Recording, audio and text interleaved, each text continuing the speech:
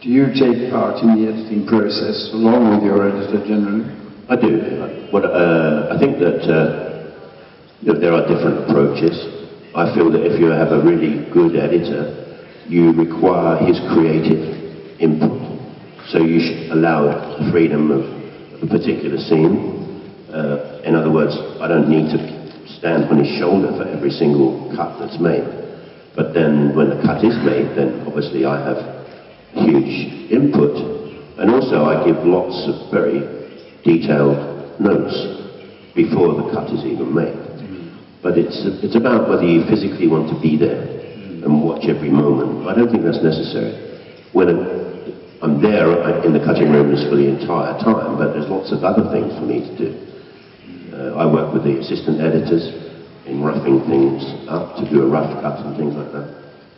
But it's a very, I like the process because, as I say, on a film set it's you and 100 people, which is a madhouse. The editing is very civilized and quieter and more helpful to creative thought. How much do you think you can get into a film that is actually yours? I mean, some directors say they're very lucky to get 50–60% onto the screen as they really wanted it. Do you think that's true, or do you think there's always compromises to be made? Well, it's a very good question. I think it's, as they say, swings and roundabouts, in that sometimes I've written a scene, and I see it so clearly in the back of my eyeballs. I can hear the delivery of the line, and I have to say that most times when you come to film it, it's better. The actor makes it better, the cinematographer makes it better, the production designer makes it better than probably I've imagined. There's a small percentage of those times when it's not as good as I imagined, that is true. But whether the percentage is as great as you say, I don't think so. I think that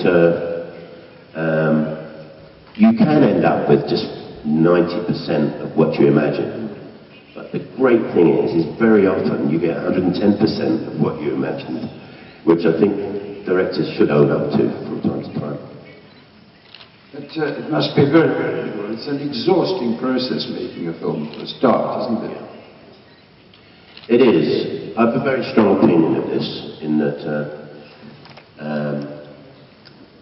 I am of the opinion that it's so physically difficult. I'm talking about large-scale films. If you've got a film with 2 actors in one room, then it's not so difficult. But you film, as I say, we film a 12-hour shooting day. So that's a long day, because if you've got a location to go to travel to, it's more than 12 hours of working. And we work 6 days a week, or nearly always these days. And a film takes 3 months to make.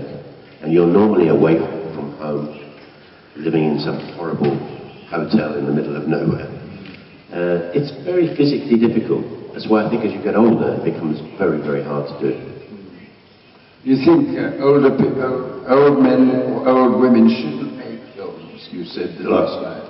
To my surprise. I'm of the opinion that, and I know that you and many film critics totally and utterly disagree with me. But in the main, there are exceptions. In the main, film directors don't get better when they're elderly, because I think they often repeat themselves. I think they make decisions which are based on the fact that they're not the young man they once were when they were running around a film set. And I think although there are exceptions, most of the time the work doesn't get better. And that's an opinion I have as a filmmaker. It's certainly an opinion I have of myself.